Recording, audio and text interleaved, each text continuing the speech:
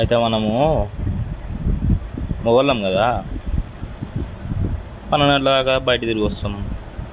ఏ టైంకి వస్తామో ఏం చేస్తామో ఎవరిని తెలియదు.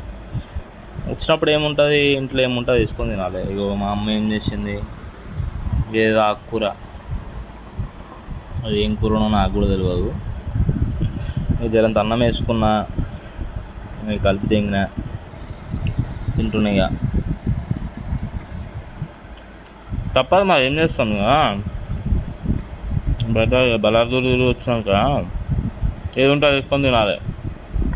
సామెత ఉంటుంది, ఏంది, గుద్దల అంటే గుర్రమైనా కూడా ఉరగ తింటారట.